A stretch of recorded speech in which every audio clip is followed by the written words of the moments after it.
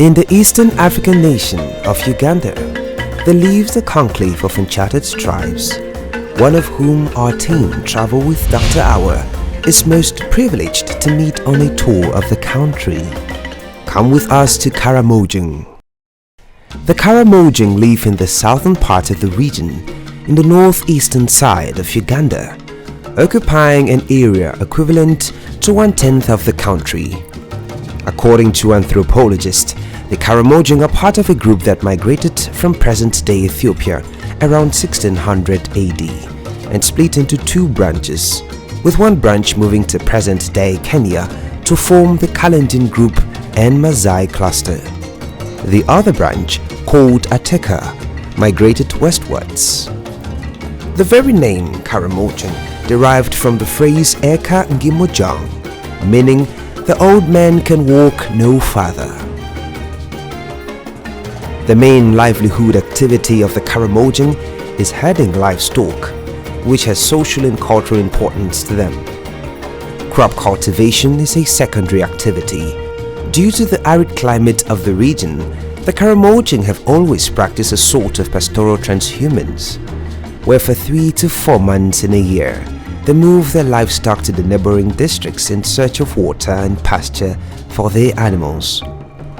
The availability of food and water is always a concern and affects the Karimojong's interaction with other ethnic groups. When you look at the cattle camp, it's big as it is, and imagine if you are given a group of, a number of 100 cows, even to 200 cows, and you graze them in the same field, and you don't know which one is yours, and most of them actually have marks. That's the only way you can differentiate, or you can distinguish which one belongs to me. And sometimes they also know themselves where they belong when they are returning back from the grazing fields. And right now, if you look at them, some others have marks on the arms, some others have marks on the bellies, on the thighs. That's how we know them, or identify them. Likewise for the goats and also for the donkeys. Okay. So Yeah. they always have to separate them when they're coming back, right? Yes. But when they get lost, you will know from the mark.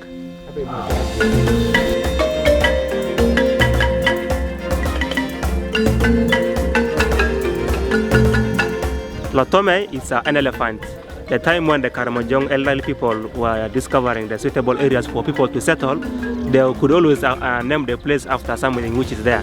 For example, this land is named after the elephants, and before, elephants used to live here a lot, but since people wanted the ivory and all that, elephants were chased away because they're scared of being poached all the time. And now, the kraal is still in Lotome, and the different people actually have come together in the kraal. You know, the kraal is something that brings people together. It's like going to the market to do the shopping. Everybody comes from a different side of the country or from different part of the region. If you look at this kraal, you find that it's a combination of about 3 main big clans in Karamojong. There's a clan of the tortoise, which is on the other side of the mountain. They are also here. They have brought their cows here for safety. And you know, since we have that culture of raiding in our region in Karamojong, we are so much into raids. We see a raid is something that can benefit us a lot, where you take a cow from somebody by force after killing the owner. And that's why there's also a barracks there to protect the cows at night when they're sleeping, beside the other island people who will be here. And now the Karamojongs are not allowed to carry illegal guns. It's illegal to the government. When you are seen or on your phone with a gun, you are arrested. The only person to carry a gun is a soldier. That's why the soldiers are now deployed everywhere to do the patrolling at night, even at the daytime. That's why there are even checkpoints along the road, just to check on your car if you have a gun inside or ammunition inside, so that you are stopped from that or you are arrested. Finally, we are going to do a simple hawk, and the bloodletting is going on the other side. The main food in the kraal here is blood and milk. There's nothing to have, like for example for dinner. It's always blood and milk. As strange as it may sound, an even stranger practice here with the Karimojong is the fact that they drink the blood of their cows mixed with milk all raw. But it is quite a breathtaking sight, seeing the process of the extraction of the cow blood. The shepherds are experts at these things. In fact, they have a way of finding the vein which is needed for the collection of blood. How it is done, an adult male tightly grips the cow's head and neck and puts it in position. Another man armed with a bow and arrow aims at the neck of the cow, which has been fastened with a cord to reveal the veins. and he fires repeatedly at the vein until the blood gushes out. And then a child collects the blood rapidly in a small container at the same time until enough of the cow's blood is fully collected. And just to prove how adept they are to this procedure, at the end of the process, the cow's neck is untied and the animal goes unharmed and scot-free. And he survives like it had not been punctured. Once the blood is safely collected, the more experienced one of the males who shuts the cow takes the blood and begins to swirl it, mixing it rapidly with a stick to prevent the blood from clotting. This process is actually done to remove the clot from the blood, or actually prevent the blood from clotting. You know, if you just get the blood and you just keep it out there for like a couple of minutes, up to an hour or thereabout, the blood is going to completely clot and you can't have it in a liquid state. So what he's just from doing is a filtration process, and he says at this time right now the blood can actually remain in a liquid state for a couple of hours, if not days. Wow, this is amazing. So he actually took up everything that will make the blood to actually clot. Look at this, and now we have pure liquid blood that we can actually drink. After just a few minutes, the clot is obtained and squeezed for the remainder of the blood into the container, and the clot would be given to the dogs to eat. While for the blood, a more interesting procedure awaits, one involving fresh cow milk mixed with the blood of the cow.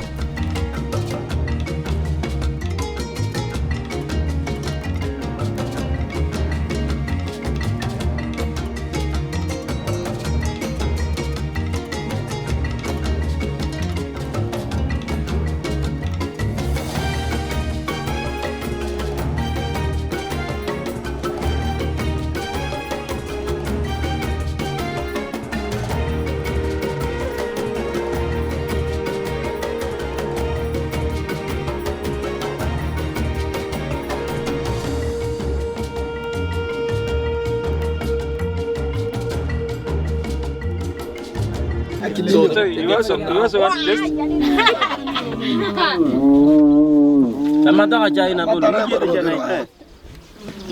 It's so good.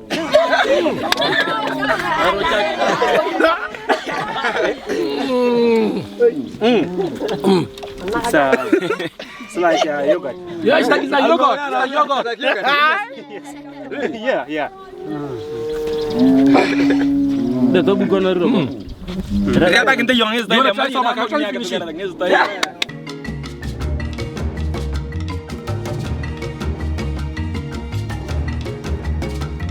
The Karamojong people are very friendly and have a remarkable interest and ability for jumping.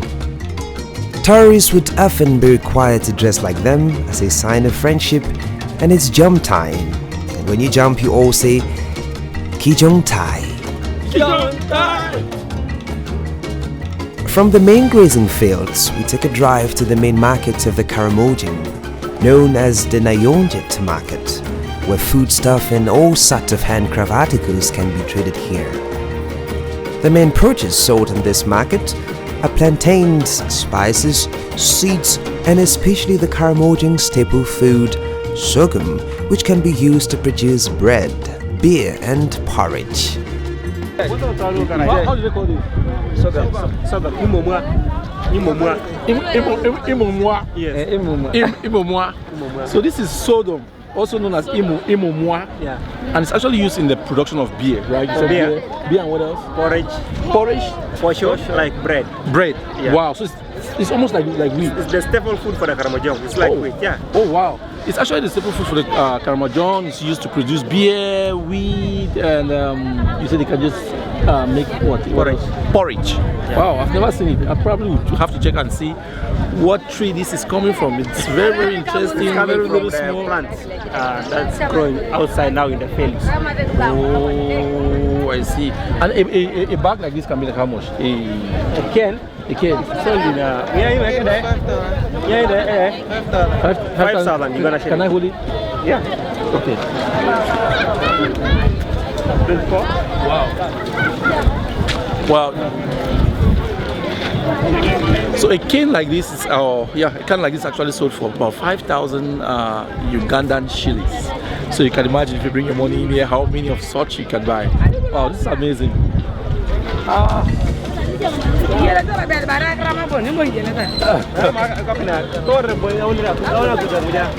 Another famous product sold here is the ghee.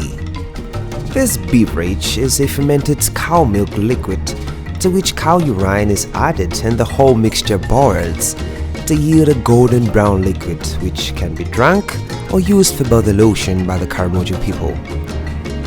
This sells for as much as 6,000 Ugandan shillings. We tried it. Doesn't taste so good after all. But then it's what the Karamojong like to use as a staple aroma for their food. You know, milk is put together in the gut to like it stays for about 7 to 8 hours while fermenting. And sometimes they had some urine together in the milk in some container. The cow urine? The cow urine to take the reaction, like the fermentation process very fast. And in the process of churning, it will extract ghee, to extract butter. Yeah. And it's normally sold, but you have to put it on fire for melting. Yeah, this one is now melted. Wow. You can take the posho, like the other porridge that you saw the kids eating. You pour this one. Wow. And also, this ghee is used by these other elderly people who live in the village. Instead of taking shower with real water, they can apply this one on their body. As that gets on their body, they rub it and apply again to look smart and healthy. Wow. Yeah.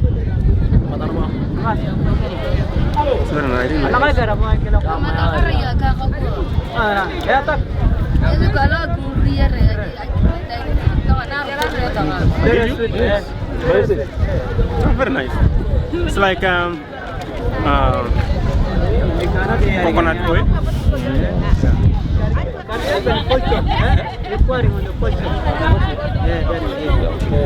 It's good.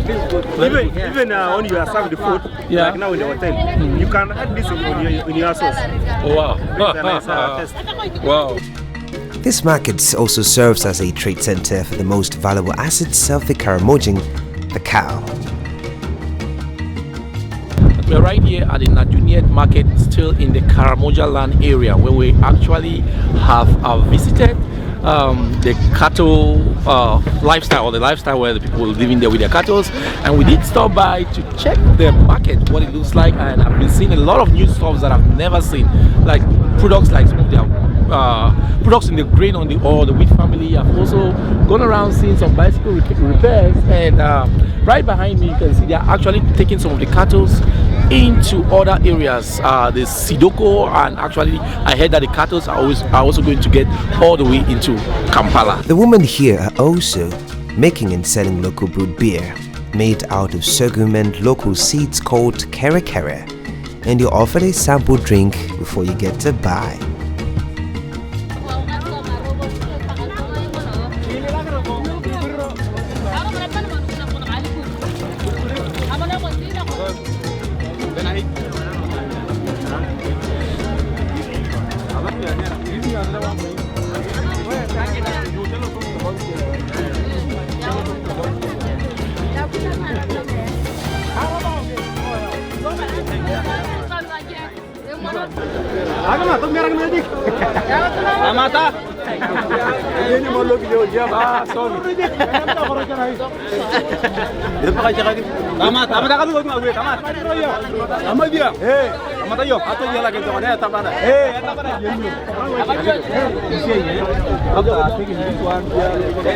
How you doing? Fine? I'm fine. You're fine?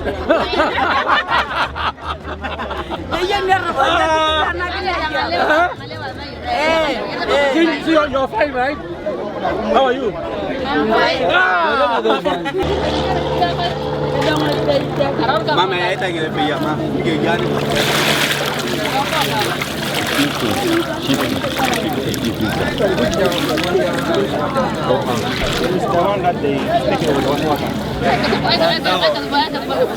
Then the drink is filtered. Yeah, this one is filtered, but some people like to take it with hot water. Instead of filtering, squeezing, hot water in here.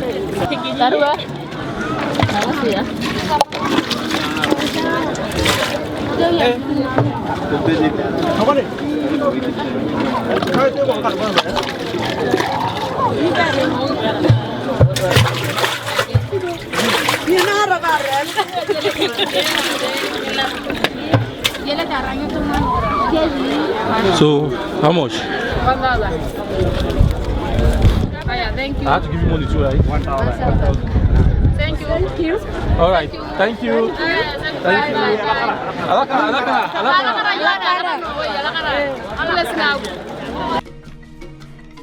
The Karamojong like to dance, and they have so many leisure moments with members of their clans.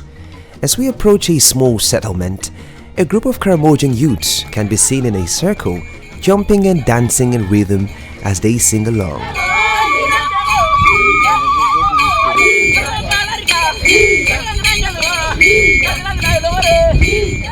Getting closer, it is easy to understand the rules of the game. It is all about a chess game where every participant stoops low, clasps and chants while a male chases a female participant running round the circle. The turn stops and starts all over again when the female is touched. Everyone is welcome to play. From here, a more physical tasking game is switched on to. The tug of war has always had a deep significance for the Karamojong tribe, as it depicts strength, unity, and some form of violence. The opposing teams stand on either sides, grabbing one another on the waist, and upon signal, they begin to pull backwards, and backwards, and backwards, until one of the sides draws over the other team to their side of the line.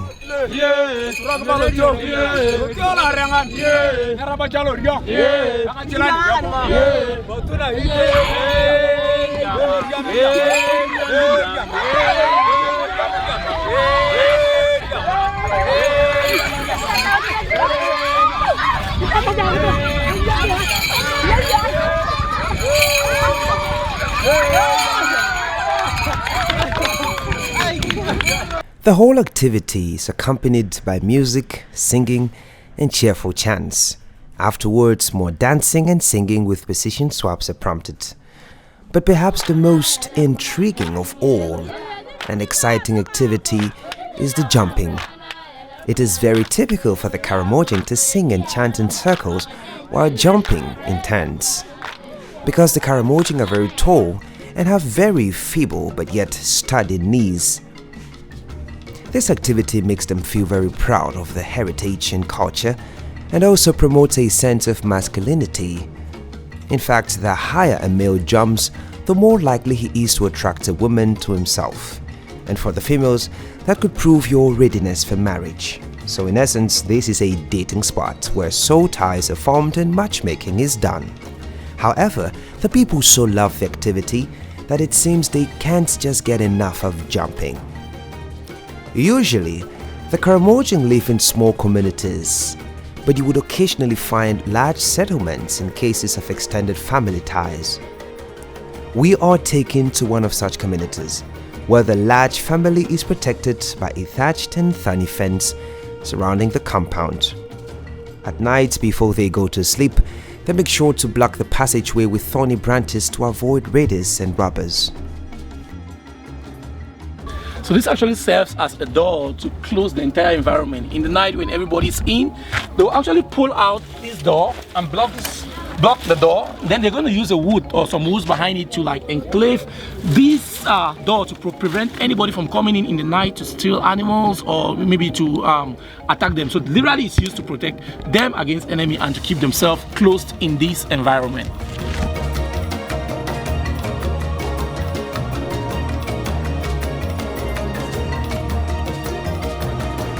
The major activity involved in this settlement is milking and also cooking and brewing.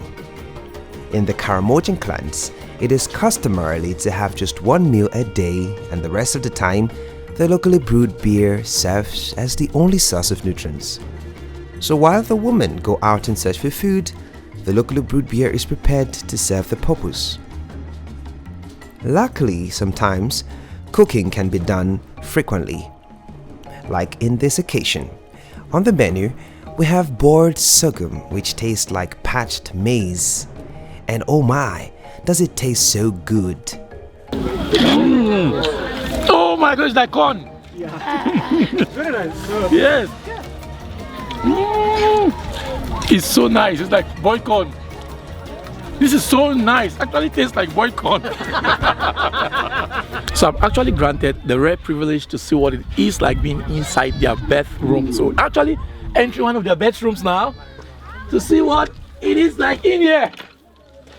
Wow. Okay.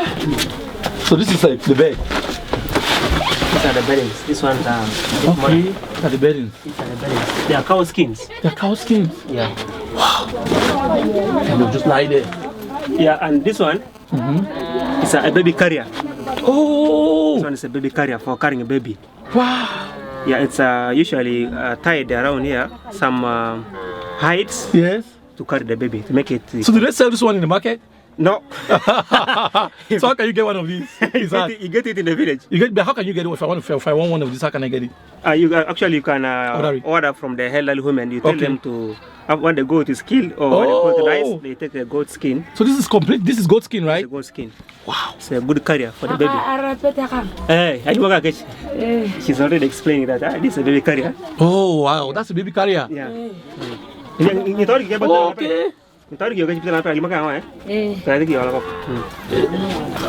If you want one, I will always organize with the ladies. Please, I want one. Yeah. The money tenting is it?